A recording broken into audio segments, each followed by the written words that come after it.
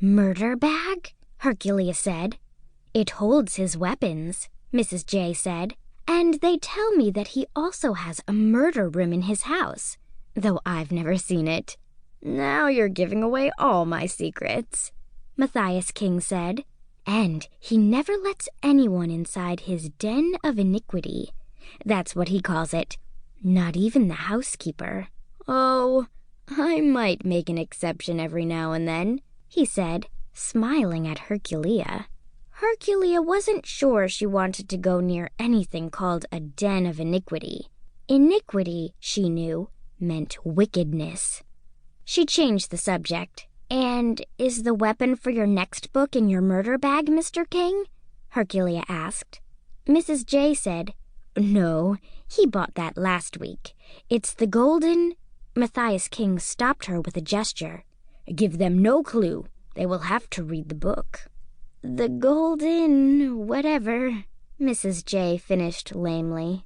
Behind his back, she indicated something the size of a small bed. That's just one possibility, Mrs. J. I always keep an open mind where my murder weapon is concerned. And these young people may have fresh ideas. Let's take a look, shall we? He began to move through the aisle, his long hands fluttering over the items.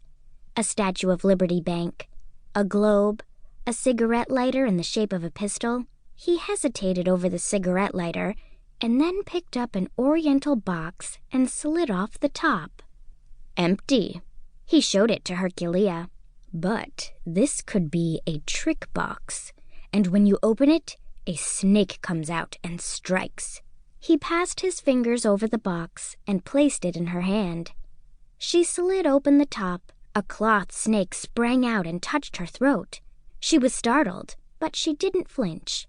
But you've already used a snake, Herculeah said quickly, handing him the snake and the box. You wouldn't want to repeat yourself. Yes. I must not repeat myself, Mrs. J said. Mathias was once a magician, so he can make you believe anything. Now, Mrs. J, once again you are too kind. He moved through the tables, picking up an object here, another there. Ah, here's something. What is this meant to be, Mrs. J? It holds back draperies. It's a silken rope. Mathias King picked it up and let it slip through his fingers. I like this. It has a deadly feel to it, and the silk appeals to me. I am drawn to beautiful weapons. He did a trick with the rope so that it seemed to stand up all by itself for a moment, and then coiled it gracefully into one hand. He moved backward, as if to give himself more room. His hands moved so quickly, so skillfully, that the three of them watched, as fascinated as if they were at a real magic show.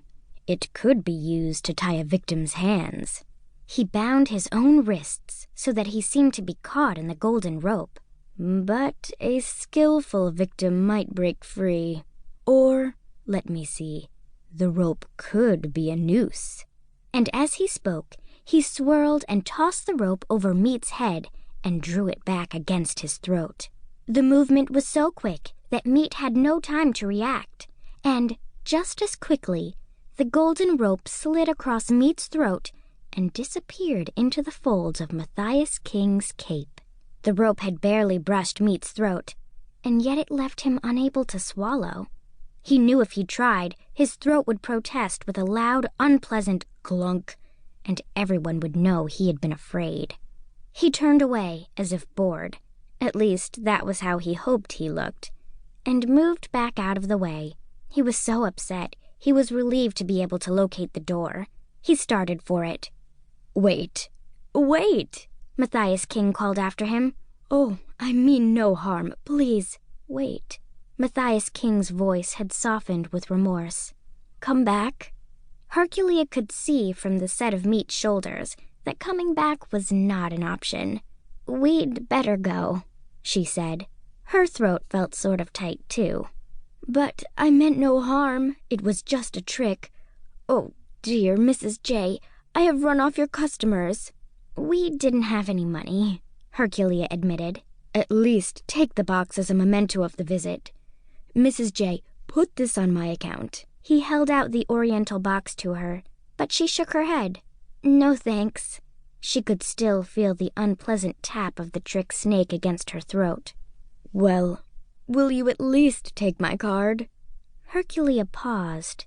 Mr. King reached into a pocket and brought out a packet of cards.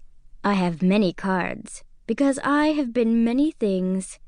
He began to shuffle through the cards. Let's see. Mathias King, King of Magicians. Mathias King, King of Actors. Ah, here is the one I want you to have. Herculeah took the card and read the inscription. Mathias King, King of Murder.